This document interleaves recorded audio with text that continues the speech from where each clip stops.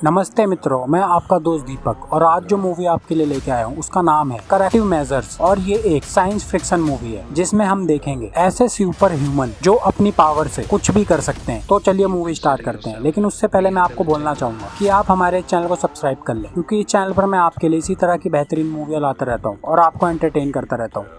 तो मूवी की स्टार्टिंग में हम देखते हैं कि कुछ लोग मिलकर एक आदमी को काफी बुरी तरह पीट रहे हैं और वो लोग जिस आदमी को पीट रहे हैं उसे पीटने का कारण ये होता है कि उन लोगों ने उसे करने के लिए कोई काम दिया था और वो आदमी वो काम पूरा नहीं कर पाया। और इन्हीं में हम एक क्रीचर देखते हैं जिसका शरीर तो इंसानों का होता है लेकिन उसकी शकल किसी खूंखार जानवर जैसी होती है। अब उसी समय वहाँ पर एक आदमी आता है जिसका नाम पे बैक होता है और वो आते ही वहाँ मौजूद सभी लोगों को शूट करना शुरू कर देता है और मार देता है। लेकिन जब वो लास्ट बचे आदमी के ऊपर गोलियां चलाता है तो उसको एक भी गोलियां नहीं लगती हैं, क्योंकि उस इंसान की सुपर पावर ये होती है कि वो बुलेट प्रूफ है। तो गोली से ना मरने के कारण पे बैक उससे लड़ाई करना शुरू कर देता है और एंड में पे बैक उसको जान से मार देता है। जिसके बाद पे बैक उस लास्ट बचे आदमी से मिलता है, लेकिन उस लास्ट बचे आदमी को लगता है कि पे बैक इसको यहाँ बचाने आया है, लेकिन पे बैक उसको खुद अपने हाथों से मारना चाहता था, इसलिए उसने इस आदमी को उन लोगों से बचाया और अब पे बैक उसे गोली मार देता है। जिसके बाद वहाँ पुलिस आ जाती है और पे बैक उनके आगे सरेंडर कर देता है। इसके बाद हम पूरी दुनिया की न्यूज देखते हैं जिसमें हमें पता चलता है कि धरती पर एक पल्स नाम की कोई चीज अंतरिक्ष से गिरी थी, जिसके बाद धरती पर मौजूद इंसानों के जेनेटिक स्ट्रक्चर चेंज हो गए हैं, जिस कारण से दुनिया भर में लोगों के पास अलग अलग तरह की सुपर पावर आ चुकी है। और इसी के साथ ये सुपर पावर वाले लोग दुनिया में काफी ज्यादा क्राइम भी करने लगे हैं, जिसके लिए गवर्नमेंट ने इन सुपर पावर वाले लोगों के लिए अमेरिका में कई सारे इन लोगों के लिए स्पेशल जेल्स भी बना दिए गए हैं जहाँ इनको रखा जाता है। और दोबारा से हम मूवी पर आ जाते हैं जहाँ हम देखते हैं कि पे बैक को इन सभी मर्डर्स के लिए उम्र कैद की सजा दे दी गई है और उसको अब दुनिया में बने पहले सुपर जेल में ले जाया जा रहा है, जहाँ पर केवल सुपर पावर वाले इंसानों को ही रखा जाता है, जिस जेल का नाम सेंट बन है। और मैं आपको बता दूं कि पे बैक को ऐसा लगता है कि वो जिस भी सुपर पावर वाले क्रिमिनल को मारता है वो काम वो भगवान की मर्जी से कर रहा है और वो धरती पर मौजूद सारा पाप मिटा रहा है और वो ये काम कर काफी खुश है। अब एक बस सेंट बन जेल में पहुँचती है और इस बस में काफी सारे नए सुपर पावर वाले इंसान जिनको कोर्ट ने सजा दी है वो हैं और इन्हीं में पे बैक भी है। अब इन सबको जेल के अंदर ले जाया जाता है जहां इनके पैर पर एक डिवाइस लगाया जाता है और इस डिवाइस का काम होता है इन लोगों की पावर्स को कंट्रोल में रखना और जरूरत पड़ने पर इसी डिवाइस से इन लोगों को इलेक्ट्रिक शॉक भी दिया जाता है और ये डिवाइस लग एक सुपर पावर वाला इंसान एकदम नॉर्मल इंसान बन जाता है। अब वहाँ मौजूद पुलिस ऑफिसर मोरालेस इन सबका एक एक कर इंट्रोडक्शन लेती है, जिसमें सबसे पहले हम एक डिएगो नाम का सुपर इंसान देखते हैं और इस डिएगो की सुपर पावर ये है कि ये लोगों की फीलिंग्स को सुन सकता है और इससे ज्यादा ये कुछ नहीं कर सकता है। अब ये सुनकर वहाँ मौजूद सभी लोग हंसना शुरू कर देते हैं, क्योंकि इस जेल में मौजूद सभी कैदी काफी खतरनाक पावर के साथ हैं। इसके बाद ऑफिसर मोरालेस पे बैक से मिलती है और उन सबको उस जेल के रूल्स बताती है और काफी सारी धमकियां भी देती है और ये सभी गार्ड्स इन कैदियों के साथ काफी ज्यादा सख्त। अब पे बैक अपने सेल तक जाते वक्त मन ही मन ये बोलता है कि इस जेल में सभी पापी लोग हैं और वो उन सभी को मार डालेगा, क्योंकि ये काम उसे भगवान ने दिया है। इसके बाद पे बैक और डिएगो जिम ग्राउंड में पहुंचते हैं जहां पे बैक और एक पुराने कैदी जिसका नाम डायमंड जिम होता है, इन दोनों की लड़ाई हो जाती है और ये दोनों आपस में लड़ना शुरू कर देते हैं। और जब वो दोनों लड़ रहे होते हैं तो वहाँ मौजूद सभी कैदी उस चीज का काफी मजा लेते हैं और यहाँ तक सिक्योरिटी गार्ड भी उनको नहीं रोकते हैं और वो भी उन्हें देखकर मजे लेते हैं। और जब एंड में पे बैक डायमंड जिम को मारने वाला होता है तो वहाँ मौजूद गार्ड पे बैक और डायमंड जिम को अपने डिवाइस से इलेक्ट्रिक शॉक लगाकर रोक देते हैं। और यहाँ दूसरी ओर डिएगो की मुलाकात जेल में एक दूसरे कैदी से होती है जिसका नाम गॉर्डन होता है और ये गॉर्डन अपने टाइम का काफी खतरनाक क्रिमिनल था और डिएगो उन लोगों में से है जो इस जेल की स्टार्टिंग से ही इस जेल में है। तो इन दोनों की दोस्ती हो जाती है। जिसके बाद गॉर्डन डिएगो को इस जेल के 3 नियम बताता है जिनको फॉलो करके इस जेल में जिंदा रहा जाता है। पहला रूल, अपने काम से काम रखो। दूसरा रूल, किसी की लड़ाई में बिल्कुल भी टांग नहीं अड़ानी है। और तीसरा रूल, इस जेल में किसी से भी कुछ भी उधार नहीं लेना है। जिसके बाद डिएगो गॉर्डन को बोलता है कि उसकी सजा केवल 5 सालों की है। इसी भी गॉर्डन और डिएगो को जेल का एक क्रिमिनल मिलता है जिसका नाम डेरियस होता है और ये इस जेल में दिखने में सबसे ज्यादा खतरनाक लगता है, लेकिन इसका नेचर काफी अच्छा है। अब इन्हीं सब बातों के बाद डिएगो गॉर्डन से एक क्वेश्चन पूछता है जिसमें वो पूछता है कि क्या इसी जेल में द लोब भी बंद है, जिसे सुनकर गॉर्डन थोड़ा सा डर जाता है। उसी के साथ गॉर्डन डिएगो को बोलता है कि हाँ वो इसी जेल में बंद है। और मैं आपको बता दूं द लोब दुनिया के सबसे खतरनाक क्रिमिनल्स में से एक है और उसकी सुपर पावर है कि वो किसी के भी माइंड को कंट्रोल कर सकता है और इस पावर से उसने काफी सारे क्राइम किए हैं और इस जेल में भी उसको एक अलग स्पेशल सेल में रखा जाता है। ये बोलने के बाद गॉर्डन और डिएगो वहाँ से चले जाते हैं और यहाँ हम अब द लोब को देखते हैं जिसे उसके सेल से एक रूम में लाया जा रहा है जहाँ आज उसकी ऑनलाइन कोर्ट में पेशी होने वाली है। अब लोब के मुंह से मास्क हटने के बाद जज लोब को बोलता है कि आज तक उसने 4 बार जमानत की अर्जी लगा चुका है लेकिन हमेशा उसकी अर्जी रिजेक्ट कर दी जाती है और इस बार फिर से जज को द लोब का बिहेवियर पसंद नहीं आता है और वो दोबारा से उसकी जमानत अर्जी रद्द कर देते हैं। जिसके बाद वहाँ पर द लोब से मिलने जेल का सुपरवाइजर डेवलिन आता है जो लोब को बोलता है कि उसका रिटायरमेंट पास में ही है, कि वो रिटायर होने वाला है और रिटायर होने से पहले वो चाहता है कि लोब अपना सारा चुराया हुआ पैसा उसके अकाउंट में ट्रांसफर कर दे। लेकिन लोब उसकी बात नहीं मानता है तो गुस्से में सुपरवाइजर वहाँ से चला जाता है। इसके बाद हम जेल की डॉक्टर इजाबेल को देखते हैं जो जेल के कई कैदियों की ट्रीटमेंट कर रही है। उन्हीं में पे बैक भी है जो अभी लड़कर जख्मी होकर यहाँ आया है। तभी वहाँ पर डिएगो आता है क्योंकि जेल में डिएगो को काम दिया गया है कि वो सफाई करेगा और डॉक्टर इजाबेल के पास आते ही डिएगो और इजाबेल की दोस्ती हो जाती है क्योंकि डॉक्टर इजाबेल एक काफी अच्छे नेचर की लेडी है। इसके बाद डॉक्टर के चेकअप के लिए द लोब भी आता है और जब इजाबेल लोब के पास जाती है तो हमें इजाबेल के चेहरे पर डर साफ साफ दिखता है। लेकिन इजाबेल लोब से काफी अच्छी तरह बात करती है और लोब भी इजाबेल को अच्छी तरह से जवाब देता है। लेकिन उसी बीच बाहर रूम से पे बैक होश में आकर सीधा उसी रूम में आ जाता है जहाँ पर द लोब और इजाबेल है और वो डॉक्टर इजाबेल को हाथों से उठाकर उसका गला दबा देता है जिससे वो वहीं बेहोश हो जाती है। और अब पे बैक अपने हाथ में एक कांच फंसाता है और वो द लोब को पापी बोलते हुए उसे मारने की कोशिश करता है। लेकिन तभी वहाँ पर डिएगो आ जाता है और वो पे बैक पर कूद के द लोब को बचा लेता है और फिर सिक्योरिटी गार्ड्स आकर पे बैक को पकड़ लेते हैं। इसके बाद हम नेक्स्ट सीन में देखते हैं कि डिएगो कैंटीन में होता है जहाँ पर आज जेल के सभी कैदी डिएगो को काफी ज्यादा इज्जत दे रहे हैं कि यहाँ मौजूद सभी कैदी द लोब की काफी ज्यादा इज्जत करते हैं और आज डिएगो ने द लोब की जान बचाई है इसलिए सभी डिएगो की काफी ज्यादा इज्जत कर रहे हैं और उसकी सराहना कर रहे हैं। अब इसी बीच वहाँ पर डेरियस आता है जो डिएगो को बोलता है कि द लोब ने उससे बात करने के लिए अपने पास बुलाया उसे। तो ये सुनकर घबराते घबराते डिएगो द लोब के सेल के बाहर पहुँचता है और द लोब डिएगो को थैंक्स बोलता है और साथ में लोब डिएगो को एक काम देता है जिसमें वो उसे बोलता है कि उसको कुछ टाइम जेल के कैफेटेरिया में काम करना होगा और द लोब के ऑर्डर के कारण डिएगो इसके लिए मना नहीं कर पाता है। लेकिन डिएगो को ये नहीं समझ में आता है कि द लोब ने उसे कैफेटेरिया में काम करने के लिए क्यों बोला है। और यहाँ दूसरी तरफ हम डेवलिन और उसकी एक जूनियर ऑफिसर जिसका नाम फेलिसिया है उसे देखते हैं जहाँ फेलिसिया डेवलिन को गलत बोलती है कि वो द लोब को पैसों के लिए फोर्स करके गलत कर रहा है। लेकिन डेवलिन को इस सबसे कोई फर्क नहीं पड़ता है और वो फेलिसिया को चुप कराने के लिए बोलता है कि उसके रिटायर होने के बाद ये पोस्ट उसी को मिल सकती है अगर वो चुपचाप उसका साथ दे तो, क्योंकि ये पोस्ट किसको देनी है इसका डिसीजन डेवलिन के हाथ में है और अगर फेलिसिया ने उसका साथ नहीं दिया तो वो उसे ये पोस्ट नहीं देगा। और ये सुनकर फेलिसिया फिर से अपना मुंह बंद कर लेती है। अब नेक्स्ट डे हम लोग डॉक्टर इजाबेल को दोबारा से पे बैक के पास देखते हैं जहाँ इजाबेल दोबारा से पे बैक से बात करने की कोशिश करती है लेकिन पे बैक अपने एटीट्यूड के चलते डॉक्टर इजाबेल को बोलता है कि उसको यहाँ मौजूद सभी पापी कैदियों को नहीं बचाना चाहिए क्योंकि वो बाद में उन सबको वैसे ही मारने वाला है। ये सुनकर इजाबेल पे बैक से गुस्सा होकर वहाँ से चली जाती है। अब यहाँ दूसरी तरफ आज गॉर्डन की ऑनलाइन कोर्ट में पेशी है जहाँ जज गॉर्डन से पूछता है कि इतने सालों जेल में रहकर उसमें क्या बदलाव आए। इसके जवाब में गॉर्डन बोलता है कि उसे अब ये समझ में आ गया कि लोगों के साथ सोशल होके कैसे रहा जाता है। लेकिन इसके बदले जज उसे बोलता है कि उसके बारे में तो यहाँ का कोई गार्ड भी अच्छा नहीं बोलता है और उसके होने ना होने से किसी को कोई फर्क नहीं पड़ता है, तो तुम किस लिए सोशल होने की बात कर रहे हो। अब ये सुनकर गॉर्डन थोड़ा परेशान हो जाता है और वो गुस्से में अपनी वॉइस ऊंची करके जज को जवाब दे देता है जिसे सुनकर जज दोबारा से गॉर्डन की जमानत को रद्द कर देता है। जिसके बाद गॉर्डन काफी ज्यादा परेशान होता है और डिएगो उससे मिलता है जहाँ पर कुछ ही बात होने के बाद डेरियस गॉर्डन के पास एक टूटा हुआ चम्मच रख जाता है। ये देखकर गॉर्डन के फेस एक्सप्रेशन बदल जाते हैं जैसे अब कुछ गलत होने वाला है। और यहाँ पे बैक दोबारा से जिम ग्राउंड में आता है और वो वहाँ मौजूद सभी लोगों में से किसी एक को उसके साथ लड़ने के लिए चैलेंज करता है लेकिन उस समय उससे कोई नहीं लड़ता है। लेकिन डायमंड जिम अपने लोगों को बोलता है कि कुछ टाइम वेट करो, हमें जैसे ही सिग्नल मिलेगा हम वैसे ही अपना काम कर देंगे। और हमें यहाँ नहीं पता होता है कि ये किस सिग्नल की बात कर रहा है। और दूसरी तरफ गॉर्डन डिएगो को वहाँ से जाने के लिए बोलता है और वो उसी चम्मच से अपने पैर पर लगे डिवाइस को डीएक्टिवेट कर देता है और साथ में वो डिएगो को थैंक यू बोलता है कि उसने उसके साथ दोस्ती करने के लिए। उसके बाद वो तुरंत वहाँ मौजूद सिक्योरिटी गार्ड को गाली देना शुरू कर देता है और वो एक टेबल टेबल पर चढ़कर इलेक्ट्रिक वायर को तोड़ लेता है और उस इलेक्ट्रिक वायर को अपनी बॉडी में लगा देता है, जिससे उसकी बॉडी चार्ज हो जाती है। और यहाँ हमें पता चलता है गॉर्डन की पावर ये है कि वो अपने शरीर में इलेक्ट्रिक पावर को सेव कर सकता है और वो उसी से किसी से भी लड़ सकता है। उसके बाद गॉर्डन सीधा उस गार्ड को इलेक्ट्रिक पावर से मार देता है। और यहाँ दूसरी तरफ गॉर्डन के पावर कंज्यूम करने के कारण पावर की कमी हो जाती है, जिस कारण से पूरे जेल में सभी के डिवाइसेस, सभी के कंट्रोल करने वाले डिवाइसेस रुक जाते हैं। और ये सब देखकर डेवलिन बोलता है कि ये सब द लोब ही कर रहा है। और यहाँ सभी कैदी आपस में लड़ना शुरू कर देते हैं। और दूसरी तरफ गॉर्डन यहाँ से भागकर एक दूसरे रूम में चला जाता है, लेकिन तब तक यहाँ पावर वापस आ जाता है और सभी के डिवाइसेस दोबारा ऑन हो जाते हैं। और फिर सभी कैदियों को दोबारा से उनके सेल्स में वापस बंद कर दिया जाता है। और यहाँ गॉर्डन उस रूम से बाहर निकलकर भागने ही वाला होता है कि ऑफिसर मोरालेस उस पर अटैक कर देती है और जमीन पर गिरा देती है। और फिर मोरालेस ये बात डेवलिन को बताती है, तो डेवलिन मोरालेस को फोन पर ही ऑर्डर देता है कि वो गॉर्डन को जान से मार दे, क्योंकि उसने उनके एक ऑफिसर को मार दिया है। ये सुनकर पहले तो मोरालेस ये करने से मना करती है, लेकिन डेवलिन फिर से उसे सख्ती से ऑर्डर देता है, जिसके बाद मोरालेस गॉर्डन को मारना शुरू कर देती है। और जब वो गॉर्डन को मार रही होती है तो वो उस टाइम गाली डेवलिन को ही दे रही होती है, क्योंकि वो जबरदस्ती उससे ये काम करवा रहा होता है। और फाइनली वो उसको जान से मार देती है। इसके बाद डेवलिन डिएगो से मिलता है और डेवलिन डिएगो को डराने के लिए एक टॉर्चर रूम दिखाता है, जिस रूम में कैदी को बंद कर टॉर्चर किया जाता है। जिसके बाद डेवलिन डिएगो से पूछता है कि द लोब ने उसके जैसे इंसान के साथ दोस्ती क्यों की है, और वो इसका कारण पूछता है। लेकिन डिएगो को ये खुद नहीं पता होता है कि लोब ने उसके साथ दोस्ती क्यों की है। तो ये सुनकर डेवलिन डिएगो को ये बोलकर छोड़ देता है कि वो सभी बातें उसे आकर बताएगा। जिसके बाद डेवलिन फिर से द लोब के सेल के बाहर जाता है, जहाँ डेवलिन फिर से द लोब को उसके पैसे डेवलिन के अकाउंट में ट्रांसफर करने के लिए बोलता है, क्योंकि अगले ही फ्राइडे डेवलिन का रिटायरमेंट होने वाला है और उससे पहले वो चाहता है कि उसके सभी पैसे डेवलिन के अकाउंट में आ जाए। लेकिन दोबारा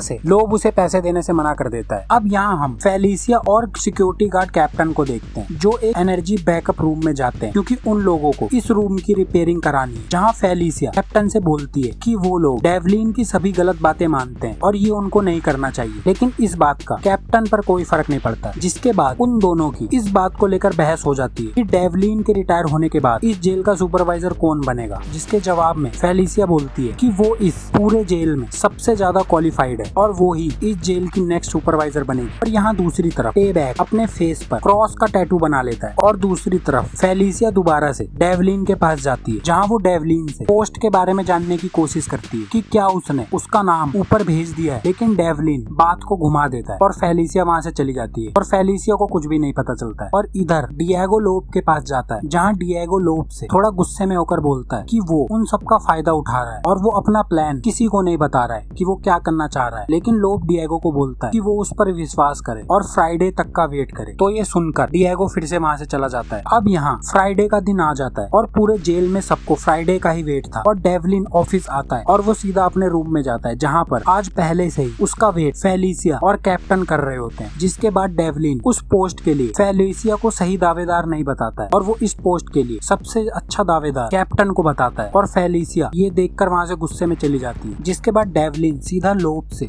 उसके सेल में मिलने जाता है और वो लोब को एक टैबलेट दे देता है और वो लोब को बोलता है कि वो जल्दी से अपने सारे पैसे उसके अकाउंट में ट्रांसफर कर दे, क्योंकि आज वो रिटायर हो रहा है। और यहाँ लोब उस टैबलेट से जेल का पूरा सिस्टम ही हैक कर लेता है और वो सभी डिवाइसेस को बंद कर देता है। जिसके बाद दोबारा से वहाँ मौजूद सभी क्रिमिनल्स की पावर वापस आ जाती है और वो लड़ना शुरू कर देते हैं और वो एक दूसरे से अपना बदला लेना शुरू कर देते हैं। और यहाँ जब डेवलिन को ये बात पता चलती है तो वो लोब के रूम से निकलने की कोशिश करता है, लेकिन पावर जाने के कारण वो रूम लॉक हो जाता है और वो उसी रूम में लोब के साथ फंस जाता है। और यहाँ सभी कैदी एक दूसरे को अपनी अलग अलग पावर से मारना शुरू कर देते हैं। और इधर फेलिसिया कैप्टन को बताती है अगर वो जनरेटर रूम में जाकर जनरेटर को रीस्टार्ट कर दे तो सभी डिवाइसेस दोबारा से चलने लग जाएंगे। जिसको सुनकर कैप्टन सीधा उसी रूम में भागता है, लेकिन इस पर उसके पीछे पीछे डायमंड जिम भी भागता है। और यहाँ सेल में लोब डेवलिन को बताता है कि उसी ने इस पूरे सिस्टम को बंद किया है। और यहाँ दूसरी तरफ एनर्जी रूम में डायमंड जिम कैप्टन जेसन को मारने की कोशिश करता है और साथ में डायमंड कैप्टन को ये भी बोलता है कि ये सब करने में उनका एक सिक्योरिटी गार्ड भी उनके साथ मिला था। और यहाँ दूसरी तरफ लोब अपने सारे पैसे डेवलिन के अकाउंट में ट्रांसफर करना शुरू कर देता है। जिसके बाद लोब डेवलिन को बोलता है कि उसके पास एक और सुपर पावर इसके बारे में दुनिया में किसी को नहीं पता है। और उसी टाइम डेवलिन लोब को पंच मार देता है और लोब बेहोश हो जाता है। और यहाँ दूसरी तरफ कैप्टन डायमंड जिम को एक गैस पाइपलाइन की मदद से मार देता है और वो जनरेटर को रीस्टार्ट कर देता है। जिसके बाद सभी डिवाइसेस दोबारा ऑन हो जाते हैं और सभी लोगों की पावर खत्म हो जाती है। और पावर ऑन होने के ही कारण द लोप के रूम का भी लॉक खुल जाता है, जिसके बाद वो सभी गार्ड्स आकर डेवलिन को बचा लेते हैं और डेवलिन साथ में द लोप को टॉर्चर रूम में डालने के लिए बोल देता है। लेकिन इस बार जब डेवलिन बाहर आता है तो वो बाहर आते ही फेलिसिया को जेल का सुपरवाइजर बना देता है और खुद वहाँ से चला जाता है। और इसी के बाद कैप्टन जोसन भी उस नौकरी को छोड़कर जेल से चला जाता है और डिएगो को भी एक दूसरी जेल में ट्रांसफर कर दिया जाता है और जेल का माहौल काफी अच्छा हो जाता है। और एंड में हम देखते हैं कि डेवलिन अपनी कार में डेलियस के साथ है, यहाँ पर वो एक बार मिरर की ओर देखता है और मिरर में हम लोग डेवलिन की जगह द लोप को देखते हैं, जिसके बाद हमें समझ में आता है कि द लोप की एक सीक्रेट पावर ये भी है कि वो किसी के भी साथ अपनी पर्सनैलिटी चेंज कर सकता है और उसने जेल में डेवलिन के साथ अपनी पर्सनैलिटी चेंज कर ली थी, जिसका मतलब अब जेल में जो इंसान है वो डेवलिन है और जो ये बाहर डेवलिन है ये द लोप है। और डेवलिन ने पैसे भी इसीलिए अपने अकाउंट से ट्रांसफर कर दिए थे क्योंकि अब वो ही इस दुनिया का डेवलिन बन चुका है। और मूवी यहीं एंड हो जाती है।